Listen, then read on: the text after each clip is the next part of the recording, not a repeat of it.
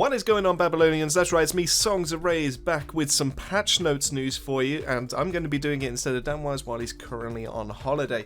But this is going to be a right doozy of a patch dev news notes, and okay, fine, fair enough, we're not getting any kind of update this week, but we actually finally have a look into what we're going to get update-wise, what we're going to get buff-wise, and it just gives us a nice teaser, and it's so much better than the last 2 weeks where we've just been talking about potential nerfs, potential things that are going to be coming into the game, so it's really awesome that we're going to be starting to see what we can expect to be coming from those legendary armor set buffs. So let's get into it first. So obviously our latest patch is currently still in the final stages of the first party submission process. Obviously this is nothing new, this is the same as last week and the week prior to that, so let's just skim over that and get into the next bit. So Fortress and wider balancing, they wanted to thank people that have done their thoughts regarding last week's topic for discussion on Fortress. Team have been avidly watching discussions unfold and considering all the reasonable feedback, which is great to see, because that means that potentially the feedback that we're providing, along with all the other content creators, along with all the other players, will actually potentially be featured into and actually affect what decision they go for in the end. There was some understandable consternation regarding the intended changes, so we wanted to confirm and reiterate the following: that Fortress will not be changed in isolation, and the changes will be implemented as part of a much bigger update across Outriders, which will include a slew of other buffs to legendary armor sets, which we're going to be getting into in a second, other mods, and the class trees. This bigger update, which is still a little away, is also planned to make significant improvements to the other aspects of Outriders and will finally bring Stadia in line with all other platforms. Thank God, hallelujah, for all those people that still play on Stadia. It's finally happening. You're actually going to be meeting that of any of the PC, PS and Xbox players. Finally, it's actually happening.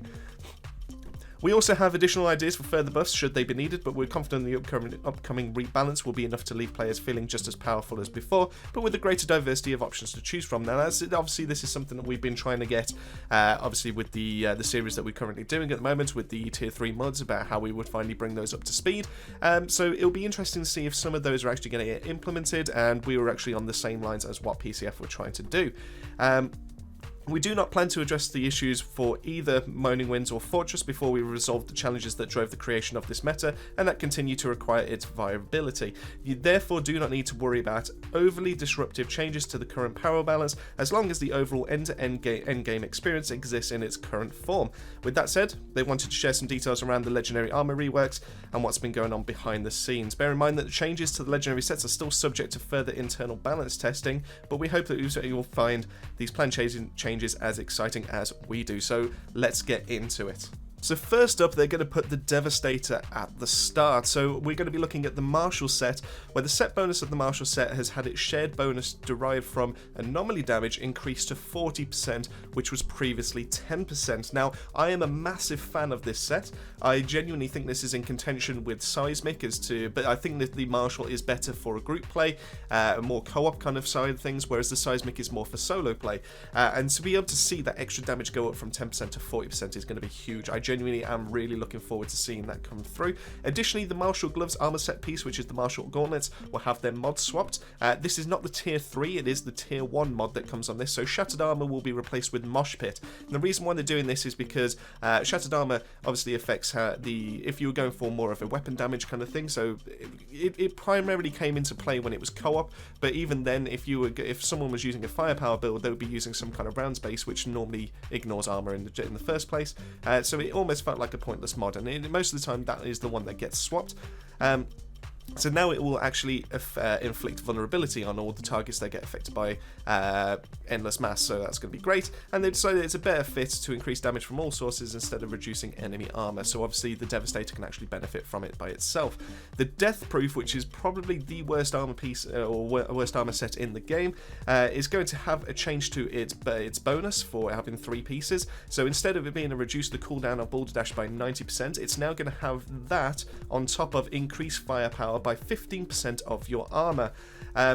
I think that this could be a nice change. I don't know how viable it will be until we get our hands on it, because most of the time Devastators usually sit around about like 100k armor, so you're going to be getting a 15k firepower buff. I don't think it's necessarily going to be enough, but it might be enough to be able to consider you to be able to try out the Death Proof, give it a go. I do think it needs a bit more than that, unless we've got a way to be able to increase our armor kind of like substantially, but who knows? That one potentially needs a little bit of a change, and we'll see when that obviously comes into practice.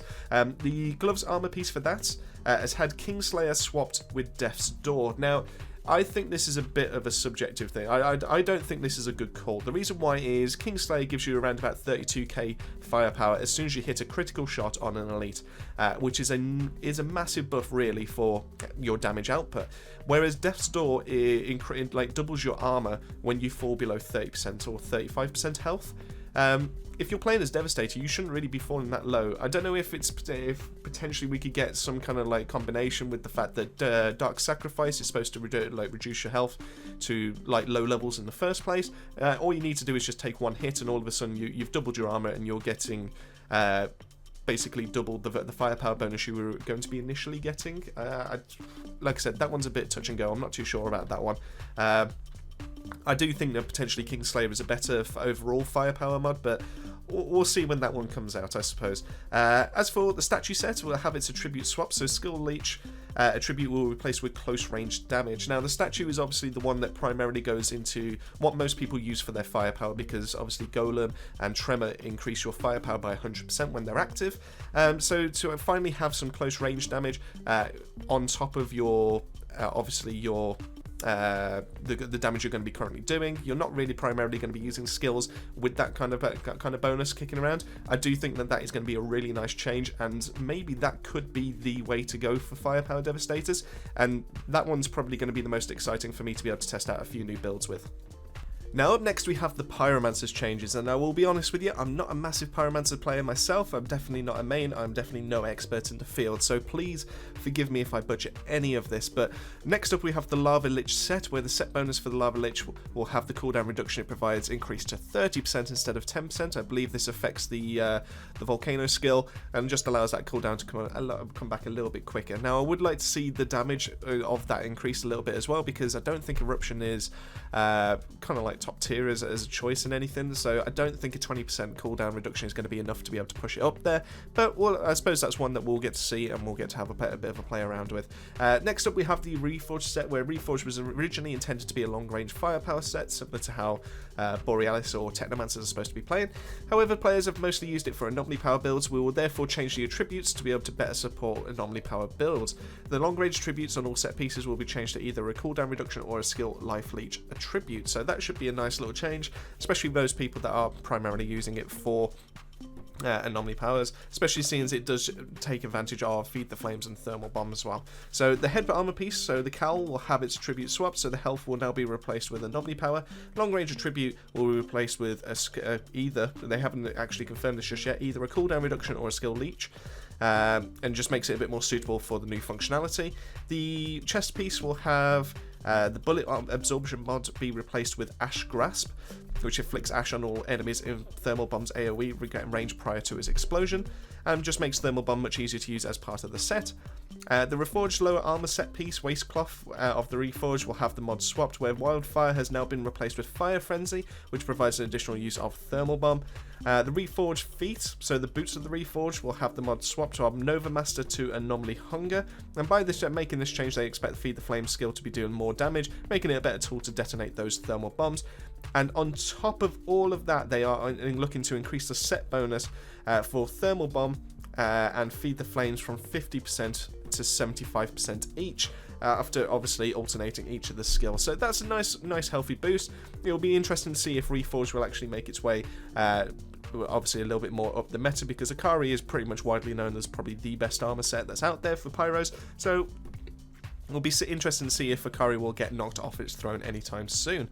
Going from there, we've got the Trickster coming up next, and I like what they're going for with this. I do actually think that addressing the Trespasser set, which is pretty much one of the weaker set legendaries at the moment, it's the addition to the skill, or the mod bonus to this, is going to be quite nice. So new set bonus will be added to the existing bonus, where instead of players' characters inside Slow Trap cannot die, they're going to replace this and add something new, where increased damage by 6% per enemy affected by a deception skill, and additionally players can't die inside the Slow Trap. So deception skills are your Slow Trap, your Venator's Knife, your Time Rift, and you can inflict that to a bunch of enemies And the fact that you can potentially proc your slow trap on top of like some enemies and then like on top of a group and then hit them with either Venators or Time Rift, you can potentially stack this up to a nasty amount of damage. So it should be interesting for us to be able to see what kind of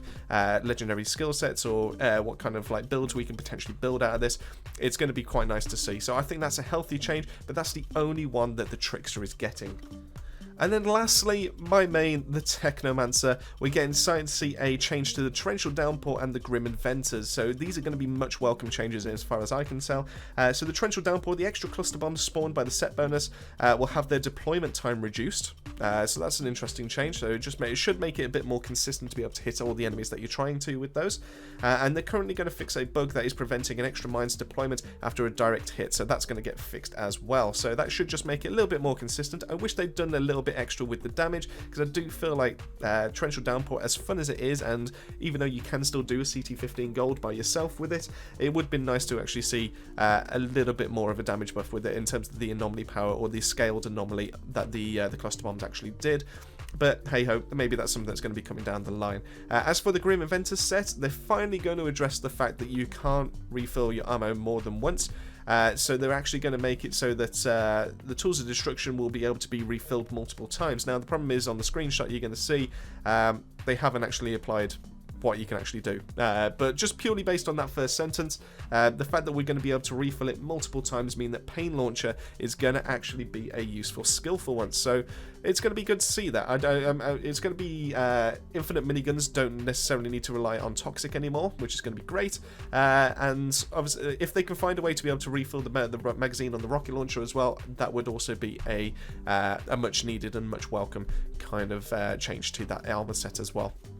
I'm going to wrap it up there because basically after that, everything else is just the standard patch news that we've been seeing for weeks on end. So there's no point me recovering that at all. If you do want to go check that, I'll quite happily drop the link to the Reddit post down in the description below. But that pretty much wraps it up. So honestly, I'm looking forward to these legendary changes. I think they're going to be quite positive. They haven't touched on the tier 3 mods for weapons just yet, so I'm hoping that we're going to get some more positive news when that gets brought out. And the fact that they are going to highlight the fact that Stadia is going to be brought up to speed is also a much welcome thing. Obviously, it shouldn't have been the case that we're so far back, but they are going to be fixing that and making sure that's addressed. So all in all, it sounds positive, but I mean, it still comes on the back of the fact that we still haven't had a patch this week either, so hey ho. But future is starting to look a bit brighter, especially with the fact that they're going to be balancing the meta a little bit more as well. So let us know your thoughts in the comment section down below. As always, thank you so much to the members of Babylon, which obviously we're going to be, as always, showing on screen right about now. And basically, thank you very much for watching, and keep yourself safe, keep yourself well, and I'll see you all on that next video.